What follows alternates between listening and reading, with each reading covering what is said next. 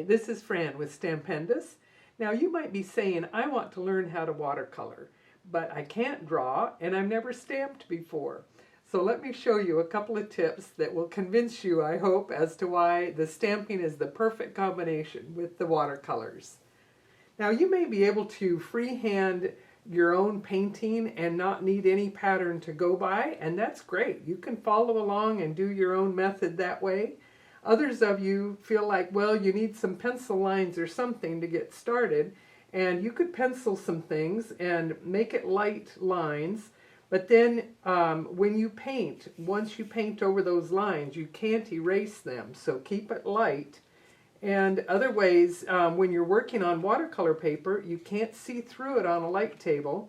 And to transfer a pattern, there's a number of ways to do it, but that can be time consuming. Let's say you drew a heart and you wanted to transfer it onto the paper. You could make your own graphite here in this way. And of course you can buy the graphite paper, but my sister gave me some and I lost it. So I'll show you that this basically is how it works. You put that graphite paper in between, and then if you trace over the top, it's going to transfer a light line, okay? And then you might take your fine line pen and draw lines over that. But all of that takes time compared to just stamping a pattern. And so let me show you some basics of stamping in case you've never done any stamping before. Stampendous makes all sorts of stamps. Here we have your classic rubber stamp on a wood handle. Here we have a cling stamp, which is rubber and the same cushion. But now when you take it out of the package, it has a cling sticker that simply gets pressed onto the block. You press it down and you're ready to stamp. This one is a different type, and you can see how much larger it is. And so this needs a larger handle. The advantage of these is you don't pay for a handle every time you want a new stamp design, and you can store them easily. And then here we have clear polymer stamps, and these are a top quality polymer, and the pieces simply come off of the liner and can be placed onto any size block, like this little message one, and then you can see to read exactly what you're printing with your different inks. For all of our watercolor work, we're going to use the VersaFine, which is the perfect ink for all of our stamping here to be able to watercolor afterwards. You can see the surface of the pad is raised. I don't need an ink pad as large as my stamp. I simply go across and I can see that it's inked entirely. If I get a lot of ink on the edges and I'm not careful, it may be important to clean that off, but then I can see to press exactly down on the page.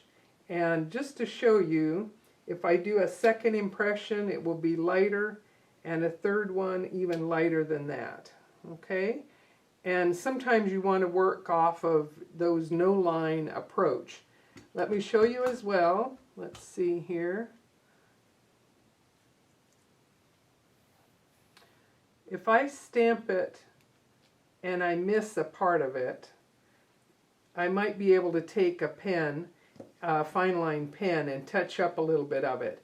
But the best thing in this case with an impression like this would probably be to turn the paper over, stamp again on the other side, and then you're ready to paint. So it saves a lot of time and effort, and the beauty of it is that you are going to look like a professional right from the beginning by painting into a design that was intended this way for a nice simple watercolor.